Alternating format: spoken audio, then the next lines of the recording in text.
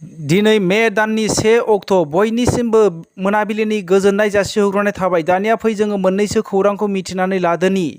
गाहाय रादाबाव दङ बड'फा उपेन्द्र नाथ ब्रह्मनि दिनै 1 मेआव रुंसारि सान। बे मुलुग संसारखौ नागारलांनायनि दिन। बेखौनो BKWACआ बयबो बर' हारिनि नखरफोरखौ बड'फा उपेन्द्र नाथ ब्रह्मनि मुङावहाय आलारि बावथि सावनानै आनान गसाइनाव आर'ज गाबनो थाखाय BKWACनि मावफुं सोद्रोमा महेश्वर बसुमतारिया बयखौबो खावलायहरदों। 61थि एनुवेल कनफारेन्स अफ बड' साहित्य सभाखौहाय बिथा लाखिनानै 4 मेआवहाय बन्द फोसावनाय जाबाय गासै बिटिआरआवनो। बे दिनावहाय जोंनि भारतनि हादरगिरि रामनाथ कविनाबो लोगो लाफैगोन होननानै जोङो मिथिनो मोननाय जादों। बे दिनावहाय गासै हस्पिटाल आरो खाजि एग्जाम हलाल' खुला थागोन होननानै जोङो मिथिनो मोननाय जायो।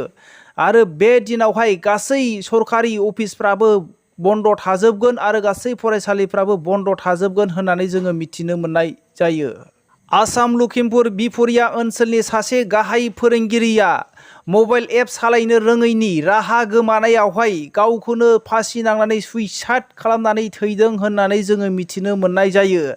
बिनि मुंखौ गपाल चन्द्र शर्मा होननानै जोङो मिथिनो मोननाय जादों। फरायसालिनि गोबां खामानिनि नारसिननायाव आरो मबाइल एपखौबो सालायनो रोङैयावहाय बिथाङा गावखौनो सुइसाइड खालामनो गोनां जादों होननानै मोनसे सुइसाइड नट लाइजाम लिरनानै बिथाङा थैदों। बेखौ जोङो मिथिनो मोननाय जायो। गुवाहाटी खानापारायाव आब्दुल आली मुंनि सासे लिफ्ट बानायग्रा मेकानिकआ सासे उन्दै गथ'खौ जबरदस्ति जिनाहारि खालामनो नागिरदोंमोन। उनावहाय गासै जाथायखौ बिमा बिफानो खिन्थानायनि उनावहाय नखरनि मानसिफोरा खानापारा पुलिस थानायावहाय एफआइआर होनायनि उनावहाय आब्दुल आलीखौ एरेस्ट खालामनानै लांनाय जाबाय। आरोबाव मोनसे मुगैथाव जाथाय झारखन्ड खाथियाव सासे 12 बोसोरनि हौवासा गथ'आ सासे 5 बोसोरनि हिनजावसा गथ'खौ जबरदस्ति जिनाहारि खालामदों होननानै जोङो मिथिनो मोननाय जादों।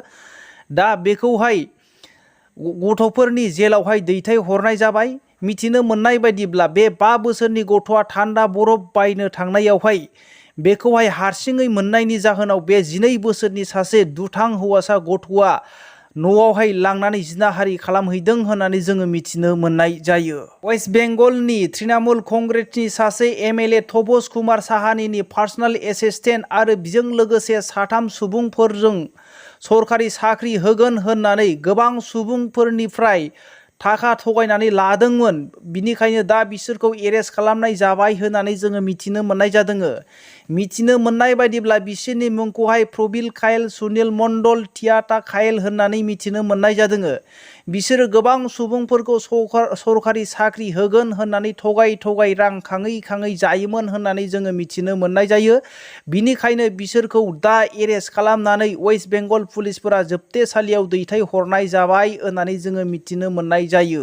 बङाइगाव धालिगाव ओनसोलनि कुकुरमारि गामिनि साननैसो सिगां NLFB हानजानिफ्राय एरख'जानाय बिश्वेश्वर बसुमतारिनि बिसाज्ला दशरथ बसुमतारिया सासे फिसाय गोनांखा हिनजावखौनो दोनखारलायबाय बुरखाय होननानै जोङो मिथिनो मोननाय जादों। बे हिनजावनि मुंखौ बिबारि हाज'वारि होननानै जोङो मिथिनो मोननाय जादों। बिबारि हाज'वारिनि बिदा राहुल हाज'वारिनि फोरमायनाय बायदिब्ला बेखौ हाबा हरखाबायमोन सेरफांगुरि आथियाबारियावहाय मोगथां बसुमतारिजों होननानै जोङो मिथिनो मोननाय जादों। लोगोसे सासे गथ' दंखासै 7 बोसोरनि गथ' जाखाबाय। बे गथ'नि मुंखौ दैजिरि बसुमतारि होननानै मिथिनो मोननाय जादों। दा बे दुथां दशरथ बसुमतारिनि स्करपिय' नाम्बारनि लकेसना फास्टेजों नायोब्ला AS26E411111 बे नाम्बारखौ जोङो दिल्लीयाव मोननाय जादों। दा नखरनि सुबुंफोरा बिमायनो गिख्रंनायजों लोगोसे 8011748256 बे नाम्बाराव खिन्थाहरनो थाखाय खावलायदों आरो बे स्करपिय' गारिनि नाम्बारखौहाय AS26E4111 होननानै बिथांमोनहा फोरमायदों। दा बेखौनो गिख्रंनानै सेरफांगुरि थानायावबो एफआइआर होनाय जाबाय आरो गोबां एबसु अफिसफ्रावबो खिन्थाहरखाबाय होननानै राहुल हाज'वारिया फोरमायदों। पाकिस्तान हादरा गोबांथार आंखालजों सेख्रेबजानानै दङ। बिनिखायनो दा गुबुन हादराव दावबायबायनानै गोदानै सायख'जानाय PM शाहबाज शरीफआ गोबां सुबुंफोरनिफ्राय आरो गोबां हादरनिफ्राय बेबायदिनो अनसुंथाइ बिबाय बायनायखौ जोङो सुलुंनिफ्राय मिथिनो मोननाय जादों।